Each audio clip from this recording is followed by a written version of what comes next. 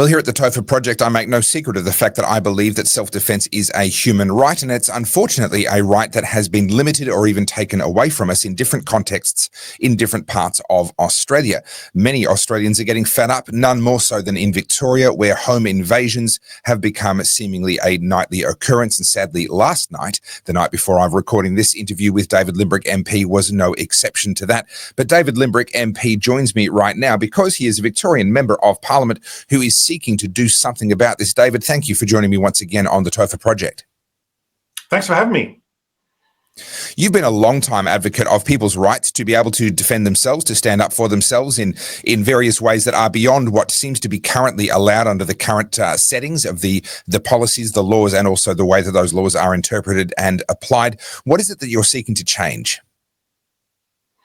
Okay, so in Victoria, there are some exceptions in the Crimes Act for self-defence. So they talk about, reasonable force.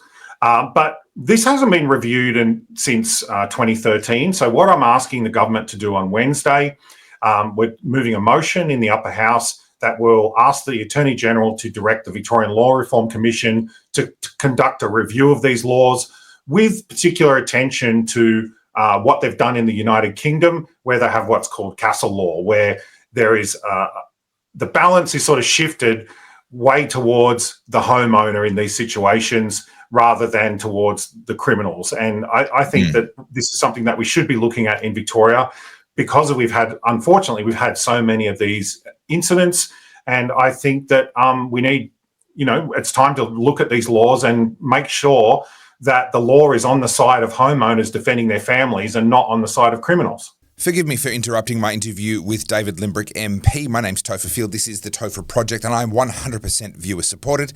I do my best to bring you stories like this one. Now, this happens to be a story that the mainstream media are already covering. I'm very glad that they are, but there's a lot of stories that I bring which they're not covering, and that's why I do what I do, is to bring to your attention things that help you to make sense of the nonsense and to see through all the crap that gets thrown at us in the mainstream media. If you appreciate what I do here at the TOFA Project, then please support me either by buying me a coffee via the button at topherfield.net or by heading over to goodpeoplebreakbadlaws.com. Make sure you can see that there, goodpeoplebreakbadlaws.com, and checking out my books. There's my best-selling book on civil disobedience, Good People Break Bad Laws.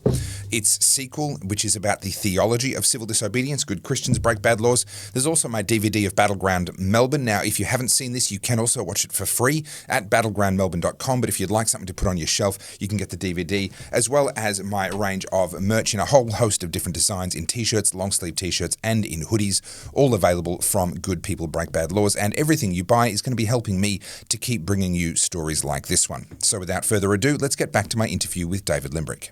Yeah, there certainly seems to be an enormous popular groundswell. I'll get you to tell me more about that in a moment, but just quickly here, just a few different bits and pieces from the media. The Herald Sun have come out seemingly in support of this. Have given you front page coverage.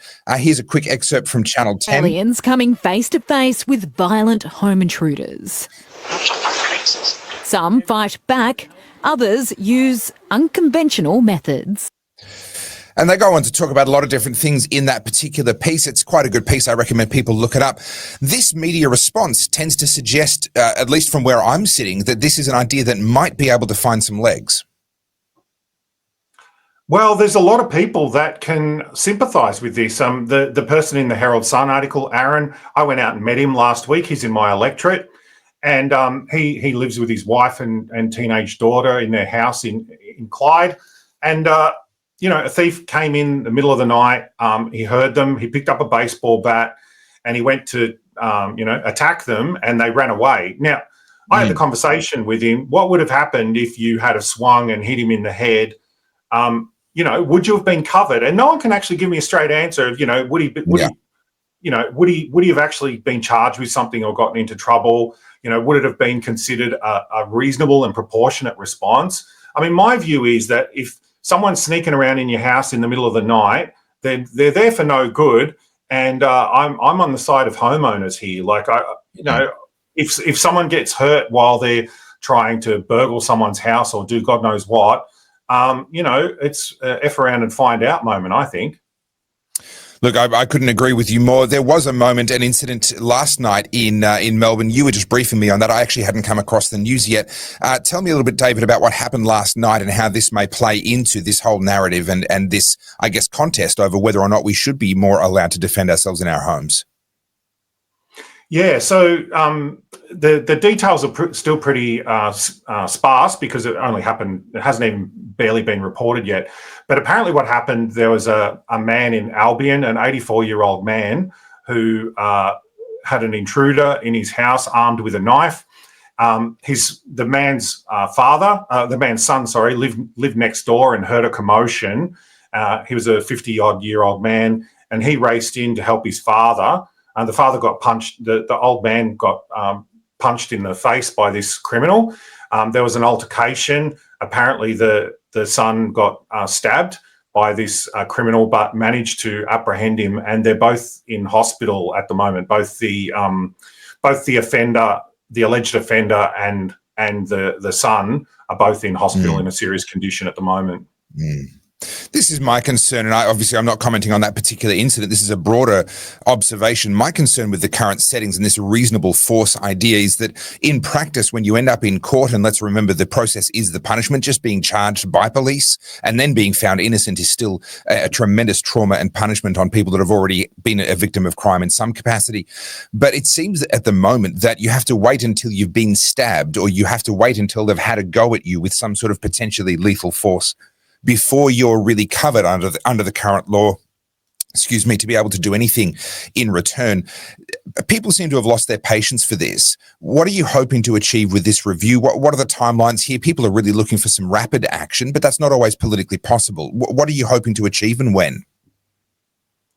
Well, the first thing is whether or not this motion passes on Wednesday, and I'm trying to get support of other members of Parliament at the moment, and I'm hoping that the government will support it. I've left the door open. I'm not attacking the government with this. I think that it's a sensible thing to do.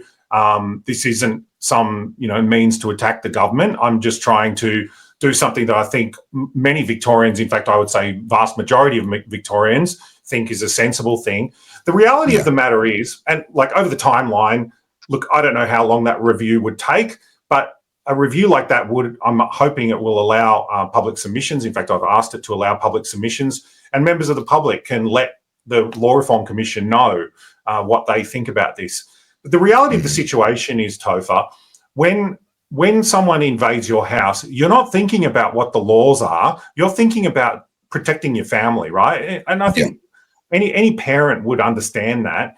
And if you go too far, according to the lawyers or whatever, then you could be potentially in trouble. And like you don't want to have to worry about that. Like if someone's coming into your home, you have to assume that they're there for no good purposes.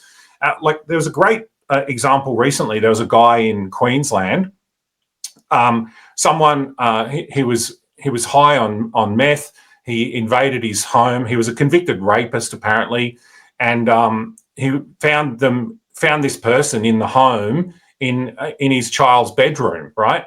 And so he confronted him, and this guy subsequently, the attacker, subsequently died. And this man was charged with murder. He spent months on remand in prison. In remand, he spent huge amounts of dollars on a legal defence. Now, thankfully, he was acquitted, but it's ruined him financially. It's ruined him financially. He's done months in remand, and he was defending his family. Like, I mean, any father in that situation would do the same thing, I think. No, I have no tolerance whatsoever for this kind of nonsense. In my view, at that point, in my view, self-defense is a human right, and governments are actively depriving us of that human right. And it's my opinion that governments have become human rights violators on this particular matter. And I certainly hope that we see a shifting of the policy settings, a shifting of the law, and a shifting of the legal attitudes and the police attitudes towards homeowners who are simply defending their own loved ones and their own property from those who would do them harm. Well, David, I will watch with interest. I wish you all the very best with this initiative, and thank you, as always, for coming on the TOFA project. Thanks for having me. That was David Limbrick MP. He's talking about what he's doing to try and bring about castle law in Victoria, where you'll actually be able to defend yourself, your family, your loved ones, and not be in fear of becoming a victim of police aggression and judicial aggression as well.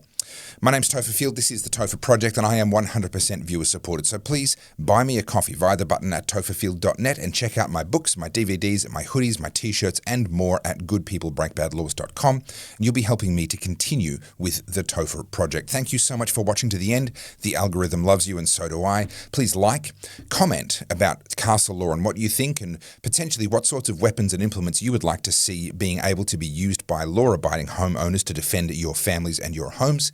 Make sure that you've subscribed. I'm closing in on 100,000 subscribers, and I am actually looking forward to reaching that milestone. So please make sure you've subscribed. And as always, think free.